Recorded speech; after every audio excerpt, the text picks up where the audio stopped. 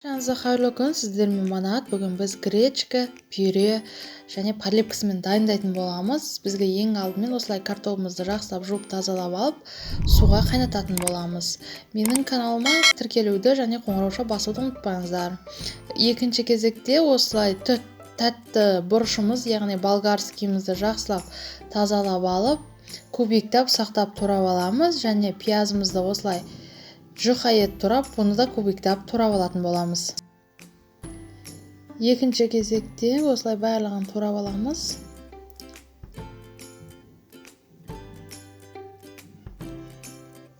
Ендігі кезекте сәбізімізді теркадан өткізіп алатын боламыз. Ұсақ теркадан ұзынша етіп өткізіп аламыз. Міндетті түрде сәбіз қосыңыздар, өйткені түсін, дәмін өте керемет қылады. Осылай сәбізімізді теркадан жақсылап өткізіп аламыз. Барлығын осылай барлығы дайын. Ендігі кезекте пюремізге кішкене ғана тұз салып қайнататын боламыз. Және отқа майымызды құйып, осындай жұқа тапа ыдысымызға майымызды құйып, қыздырып, етімізді, пиязымызды салып, қызыл болғанша, қызарғанша қуырып алатын боламыз. Ендігі кезекте тәтті бұрыш, яғни болгарскийімізді салып қуырамыз. Кішкене қуырғаннан кейін сәбізімізді салып жақсылап араластырып қуыратын боламыз. Жақсылап қуырылуы қажет міндетті түрде. Кішкене тұзымызды саламыз. Және томат пастамызды қосатын боламыз. Осылай жақсылап араластырып, томат пастамызды да қуырып аламыз майға.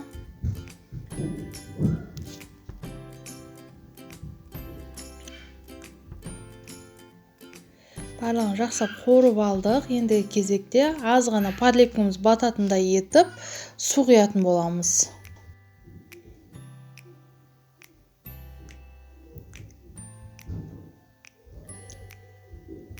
Барлық подлепкамыз жақсы қуырылды.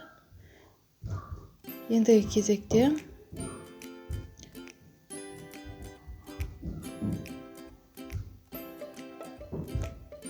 подлепкамыз бататындай етіп су құямыз.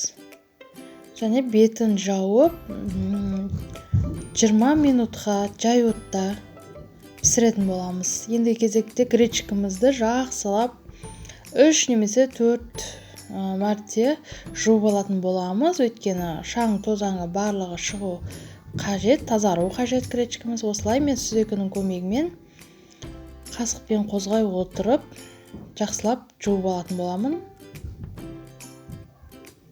Міндетті түрде осылай суымыз мөлдір болғанша жақсылап жуып аламыз.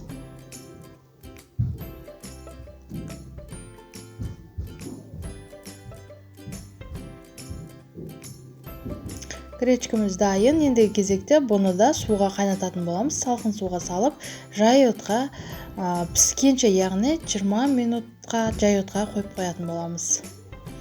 Қараңыздар, біздің